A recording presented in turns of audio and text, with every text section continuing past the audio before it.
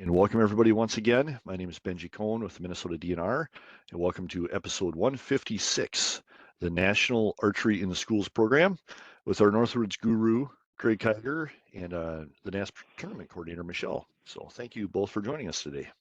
Thanks, Benji. Thank you. So the Minnesota NASP program, we started that back in 2005, and I've been the coordinator ever since. And we've reached 750 plus schools and probably 250,000 kids a year that get involved with this program. So today I want to tell you a little bit about how we're going to get you started with NASP. So there's a picture on your screen of the national tournament in Louisville, and I'll have a picture in here a little bit later of what the Minnesota tournament looked like back in the day too.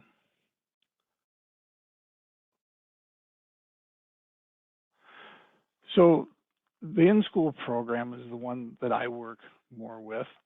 I recruit the schools.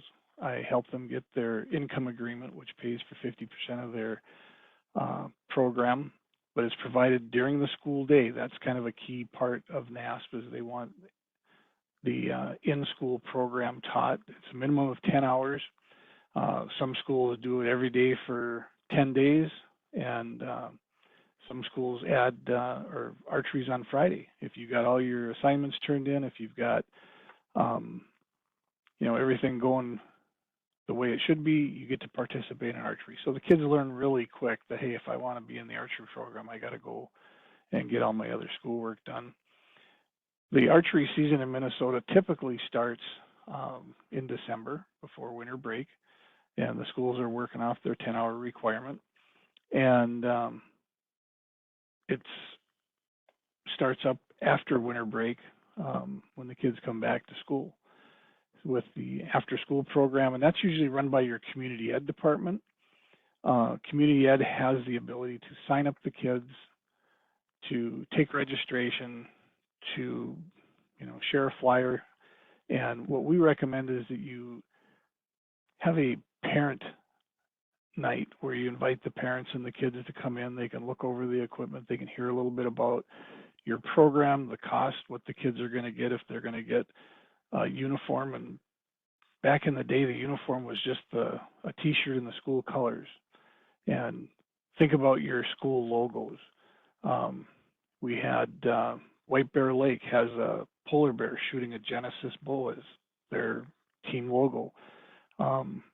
We've had one school had the Trojan for their school mascot, and so they made a Trojan shooting a Genesis bow, and it really ties right back to the kids. Then on the back of the shirts, they list the sponsors that helped the program get started, and they get to thank the people that donated by listing them on the back of the shirt. The kids' name in nice 2 to 3 inch letters, and the kids are proud to wear that uniform. They're part of the archery team. So the students, the coaches, and the parents, they all decide on what the practice schedule is going to be like. Some schools practice one night a week. Some schools practice multiple nights a week, and they may even start as soon as the school year starts, where they're out there shooting one night a week every week until tournament time kicks off. And tournaments usually start up in February or January, end of January, first part of February. They start out with a lot of invitational tournaments.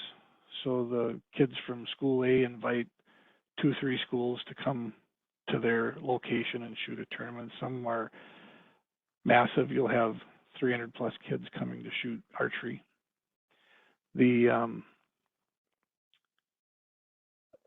It's a gateway to your local, regional, state, national, and world competitions. So you kind of progress through the ranks and you get invited to go to some of the bigger tournaments and stuff. Minnesota has been sending kids down to Louisville since about 2006. The reason that we go back to Louisville, Kentucky is because that's where the program got its start. And we kind of pay homage to how the program got up and going. So a little bit about the DNR income agreement. and you may hear people talk about the archery grants, but it's actually an income agreement where we agree to put in 50% of the money and the school agrees to put in 50%. So it's about $1,800 per um, um, party, and we can help you find charitable givers. A lot of our conservation groups, mom and pop stores, um, fraternal organizations that have charitable gambling can donate money to the school to help them reach that $1,800 level. And I've seen some donors that just say, "Here's your $1,800, go get your equipment and have fun." And so it really varies depending on where you're asking and how much you're asking for.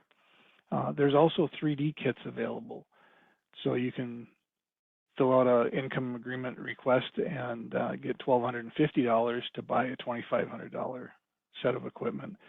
And I place all the orders here for you, so that's why your check comes to us. And that way I make sure everybody's getting the same set of equipment across the state.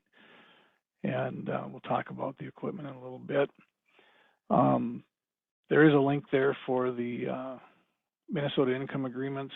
On the other side, we've got a program called No Child Left Inside. And this is a grant program that's run by the Minnesota DNR, and it's for 100% reimbursement. So if you buy a set of archery equipment, it's roughly $3,600. You pay the $3,600 and get reimbursed if you're selected for that grant. And we do a number of archery programs every year through that one.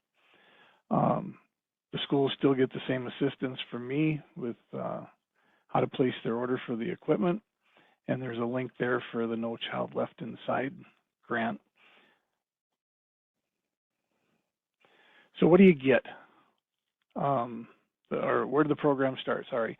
It started in Louisville, Kentucky, and it was originally called the Kentucky Archery in the Schools program, and it went off really well. And they said, wonder if this would catch on in any other states. And that's how it became the National Archery in the Schools program. Minnesota was the 12th state that came into the program. And what do you get? You get a standardized set of equipment. So 10 right-handed bows, 2 left-handed bows, 10 dozen arrows, 5 archery targets, and we use the 80 centimeter FITA target is what it's called. And you get a repair kit, a bow stand, and we certify 2 instructors per school to, you can certify more, but we'll cover 2 under the income agreement. And there's just a photo of what the bows look like and the available colors. And all the kids like to shoot the red bows because they shoot the fastest. At least that's what they think. But a lot of our schools set up the red bow at 20 pounds. So yeah, they're going to shoot a little faster than the 11-pound other end of the spectrum that they can go down to. So this is a picture of the Easton 1820 arrows. Everybody shoots the same arrow in the program. You got a choice of color. They could be a dark blue, this teal blue, green. I think it's orange that they have. And so everybody shoots the same bow. Everybody shoots the same arrow. And it keeps the playing field level. Nobody gets to use any sights. We all shoot bare bow. And so this was the slide that I kind of jumped to there. But we were the 12th state to come into the program. In 2005, we started our initial program with 50 schools and followed up with 50 the next year. And now we don't have a number now. We see what kind of funding we got available and if there's any extra monies or whatever that we need to put in. So we could do 10 to 15 schools usually every year and get their equipment and their training done. Here's a picture of the 80 centimeter FITA target. This one happens to be from the Morel company, and that's what we put in the grants. It's been a good target. It's lightweight. You can pick it up, move it pretty easy. But as far as the bows, they all have a universal draw. So if you're in 4th grade or 12th grade, you can shoot this bow without any changes needed. It's going to work out for a elementary shooter all the way up to a high school shooter or adult size. You get 10 dozen of the Easton arrows. So there's 2 boxes of 5 dozen each. If you were to go and buy these arrows on the open market, you'd probably pay around $50 a dozen. But because you're in this program, you get 10 dozen for $190, I think it is. So you get a lot of arrows for a low price on those. Your bow maintenance kit, it's got everything you need in there to maintain and keep your bows up and operational. If you break a part on the bow, parts are available. They're real easy to repair, and we teach you that in the training so you know how to service and maintain your equipment. The archery curtains are 10 by 30 feet, and they're designed to stop an arrow from a 30-pound bow or less. And we had a couple of schools back in the day that wanted to do an open archery night, and they invited adults to come and shoot their higher poundage hunting bows, and it'll send a target arrow right through that curtain. It just won't stop them. So we got to keep the poundage down to where it's going to stop the arrow.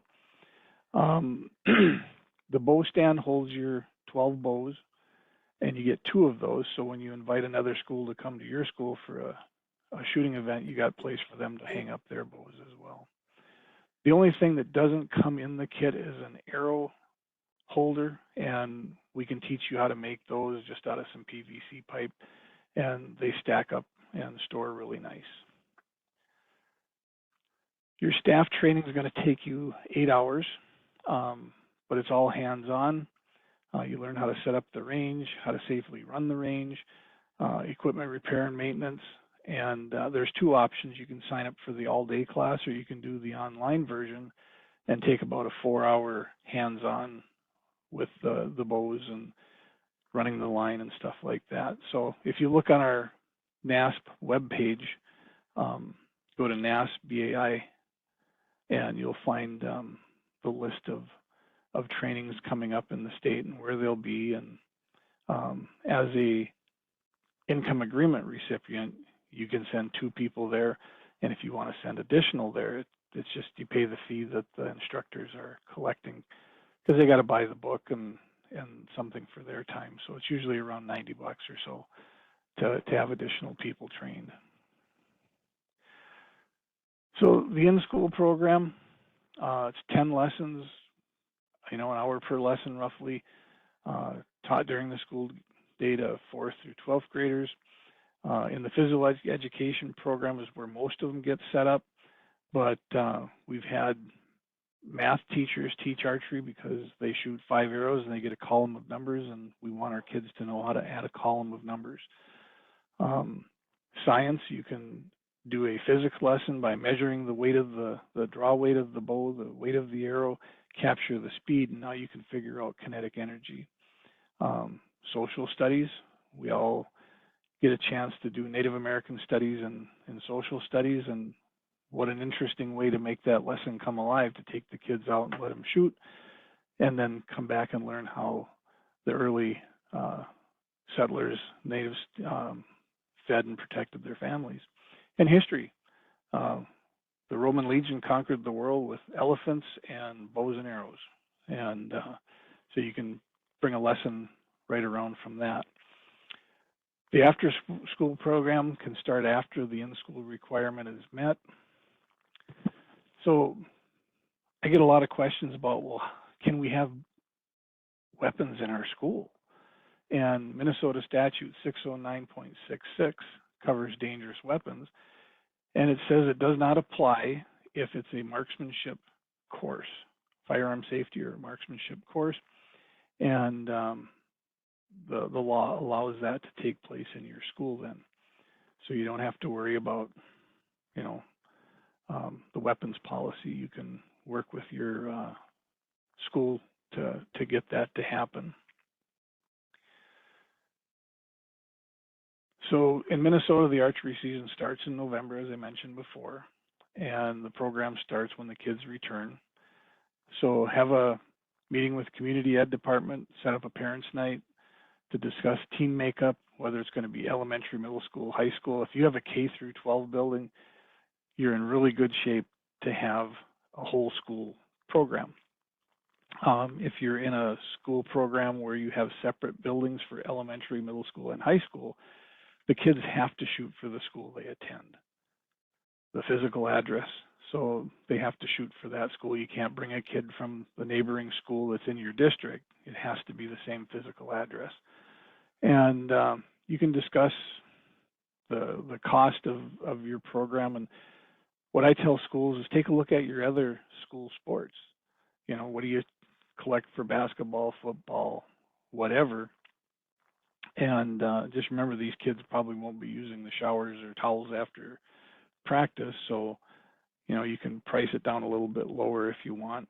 And we encourage our schools to start up a archery booster club, because if you get a child that can't pay the fee, you've got a little kitty there that you can go in and take out the entry fee and pay for little Johnny or Susie to be on the archery club. And it's amazing when you tell a kid, you're really good at this. You ever thought about shooting on the archery team?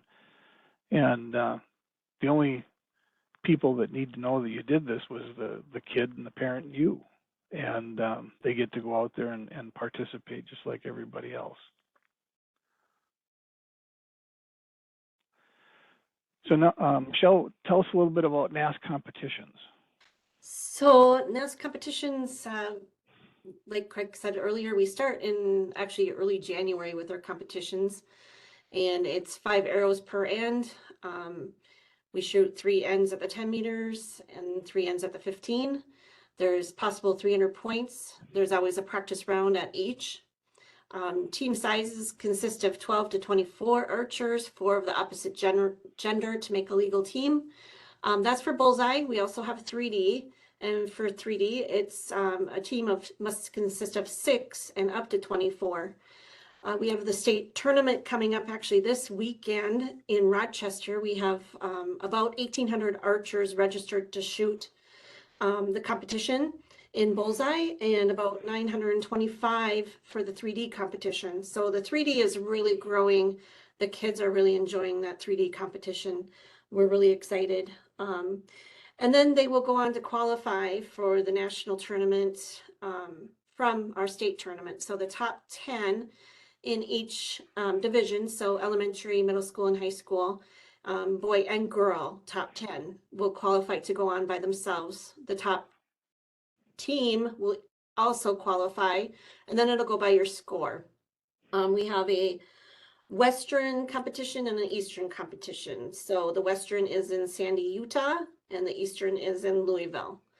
From there, they'll go on to compete at the championship, which we used to call the World Tournament. Now it's the championship, and that will be in Daytona this year in June. So looking forward to that. And how many kids shoot nationals now? The last number I heard was 18,000 kids. Yeah, I was just looking that up, and it was about 17,000 in 2019. I didn't find the number for last year. Yeah. And then this year we're doing an alumni shoot. We've always kind of done a coach archer competition at the end of our state tournament in Minnesota. This year we're doing an alumni shoot with alumni archers and coaches. It's actually called the Arnie Moe Scholarship Alumni Coach Archer Shoot, after one of our great educators, one of our educators to archery, not only to our NAS students, but all over the state of Minnesota, all over the United States and other countries. I've had multiple people come to me who've known Arnie, who he's touched their lives through archery. So his family and our organization have teamed up together.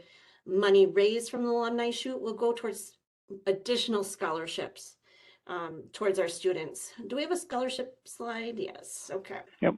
So first through 5th place boys and girls in each division will medal. And then the 1st through 3rd place teams will also medal. They'll actually get a medal and a plaque. The overall female and male from each competition, so that's bullseye and 3D, will win a custom bow. And you can see there's a nice picture of the custom bow that each of them will get. And then also a Minnesota DNR lifetime license of the archer's choice. So that's pretty cool.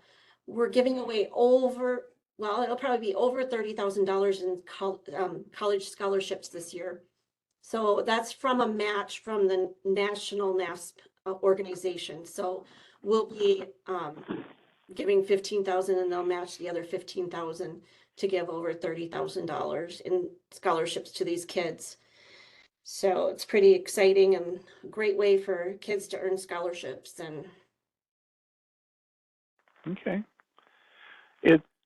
If you've never seen an archery tournament before, I didn't realize that 100 and some bows going off in unison could be so loud. it, it was quite amazing when you look at all these kids out there and they're shooting the same bows, the same arrows, and the same target. So we got a little information slide here. You got my phone number there, 218-328-8868, and my email address if you've got any questions on getting your kids, your schools started up. And a lot of times it's just a parent that will walk in and say, you know, I'd like to help get an archery program started. And I know the coordinator that can help us with an income agreement. I've got applications I can send out to you if you email me. Just my name, craig.kiger@state.mn.us. And I'd like to offer a little bonus today. I've got cases of manuals on a program called Explore Bow Hunting. And they're really nice illustrated manuals on, you know, taking kids out and teaching them camouflage and being, you know, as quiet and still as possible using a blind or maybe an elevated stand, and how to teach wind direction to the kids. And I will give a case of those to any school that sends me an email and address, and I will ship those out to you guys. So with that, are we getting any questions, Benji? I'm not seeing any questions in here yet. So if you do have any questions for Craig or Michelle, it's going to be a busy weekend for you two. You're going to be down in Rochester at the tournament down there. So Yep. I don't know how, is that open to the public at all if people want to come and just see what an archery tournament looks like? it is, admission Yeah. is $5 for both days. Yep.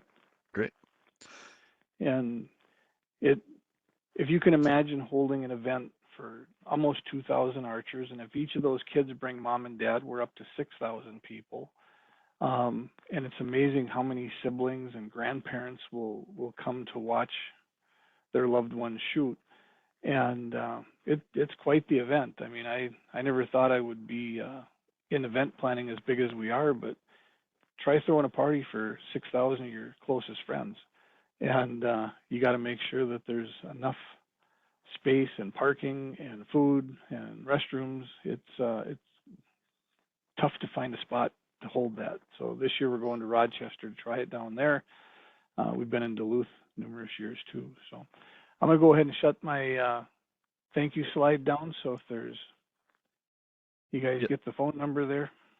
And again, I put the website with your contact information, Craig, in the chat there. So if anybody does have any questions, they can click on that, visit the Minnesota DNR site, and look under NASP, and you'll find that. So this is one of the, unfortunately, my girls' schools don't have a NASP program in the school, so we ended up going outside. It's something I've been interested in for a long time. I got my girls interested in it through a private club here, but this is just a phenomenal opportunity for school kids.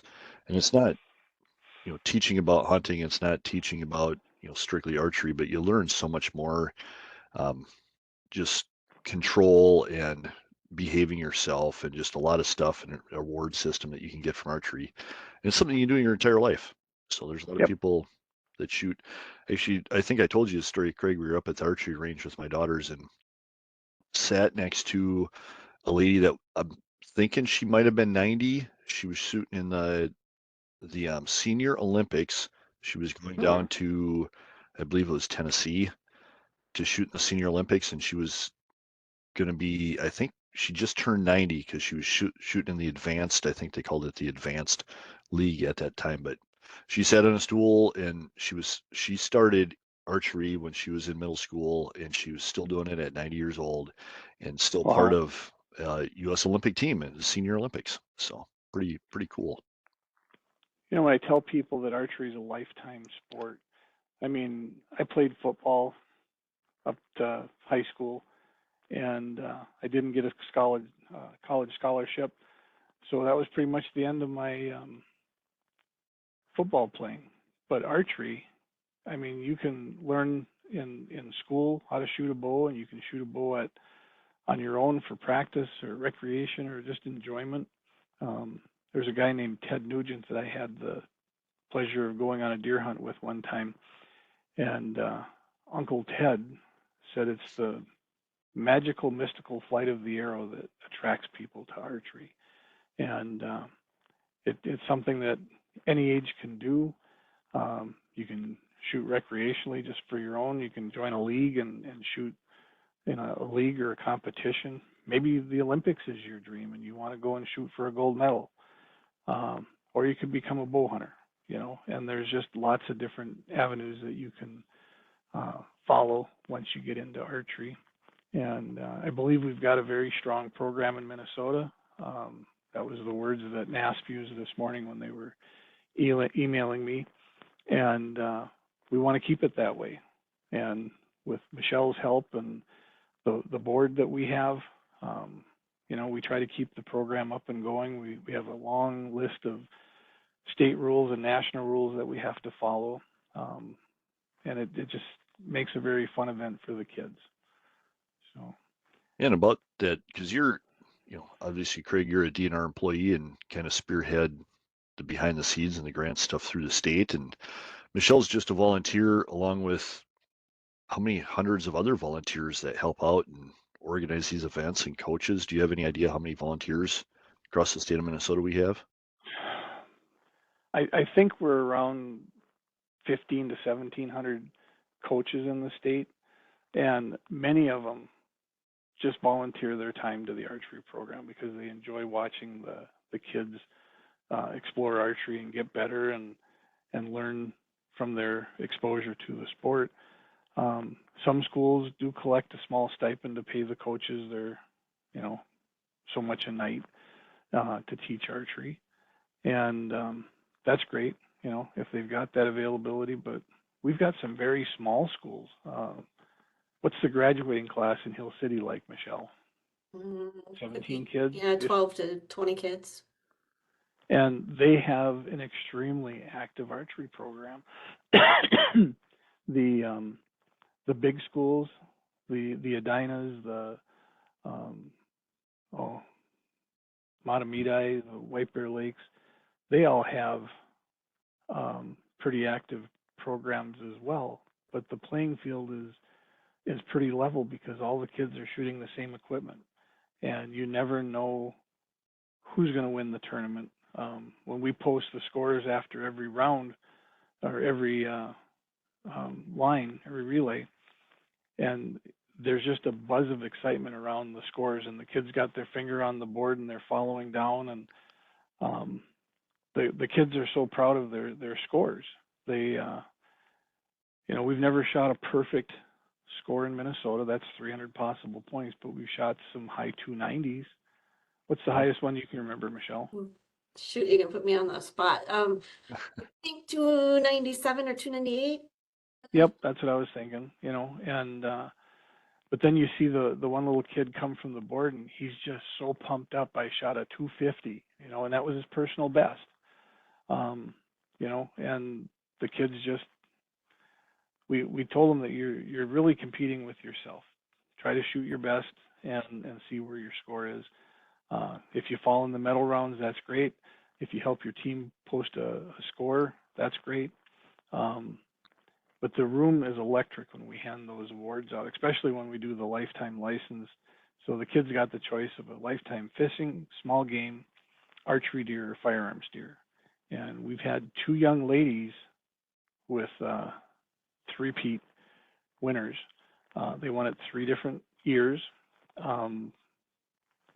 I was standing next to the father of the one girl, and she walked up and she said, "Dad, I think I did it." And she said, "If I win, I want to get a firearms deer license so I can hunt with you." And I thought Dad was going to break down. It's like his little girl came up and wanted to deer hunt with him. He just thought that was pretty cool, you know. Yeah, that's And great. so Well, we're trying to get kids out there. yeah, so if anybody out in the audience or watching this recorded later, if archery is something you're interested in, it's a great thing to get out, get that certificate to become an instructor and join up with a local school or a community education class and start doing some archery instruction because it's such a great opportunity for kids to get out and just get outside and enjoy stuff. Or if they're doing Mm-hmm. just a league or something, it's a great activity in the winter to keep a little bit active and keep social. And it's a great workout for, mentally and everything. Archery, there's a lot of pieces to it, and it's a lot harder than it can look. So it takes a lot of time Mm-hmm. and patience and practice to get really good. So we got, Well, we got one question here from Janine. hey, Janine, thanks. What an amazing resource for Minnesota's students. We are so lucky to have an agency and awesome partnerships with Michelle and her group that value this opportunity to connect to the outdoors and offer an alternative sport. Great job for both of you. Thank you very much. And then she wants a private Thank you. lesson, Craig. So Oh, geez. your, All your right. email was up there, so you kind of asked for it. Yep. Yeah. Well, So we can maybe make that happen when you guys come north. it is a great opportunity. Yeah, get out there, spread the word about NASP and archery in schools, and hopefully get some more people involved. I just thought of one other little thing here. I started a program called Archery in the Parks. So if you go to the state park calendars, you can see when the archery trailer is going to be at a state park, and you can go to the park, get free archery lessons, shoot the bows, and it's just I've had parents tell me, we follow the archery in the trailer, archery in the school's trailer, archery in the park's trailer, from park to park. That's how we plan our summer vacation. So that's just another opportunity for you to get out there and do that. I just got an email from one of our viewers looking for some archery information. So that's Great. pretty interesting. So Well, thanks guys, everybody. let me know how I can help. Yeah, thanks to Craig and Michelle for joining us today and sharing your knowledge and obvious passion for the sport of archery. And for any of the teachers, we get a lot of school groups that join this. This is a great way to, bug your teachers and administrators and say, hey, we want to do this in our school too, and reach out to Craig or Michelle and go from there. And next week, Craig, I think you're going to be on next week. We're talking about barrel trauma. Next week is barrel trauma, and that's pressure created on the fish when you bring them up from real deep water. So we're going to talk about that with Dave Weitzel, and Dave's the assistant area or regional fisheries manager from up north here, and we'll learn a little bit more about barotrauma and what that does to the fish, and are they releasable, or do you put them into your bag to take home because they're done. We're going to find out the answer to that next week. So with that, Benji, I'll turn it back to you, and we can go ahead and sign out for the day. Sounds good. Thanks everybody for joining us. Hopefully we'll see you next week. Stay safe out there this weekend. It sounds like we might get a little snow again. Finally in Minnesota, we get a little snow in March. What do you know? So, hey, Michelle, good luck on the tournament down there, and wish all the kids to have a safe and great tournament down there. So We will. thanks for Thank joining you. us. Thanks, Thanks guys. for having us.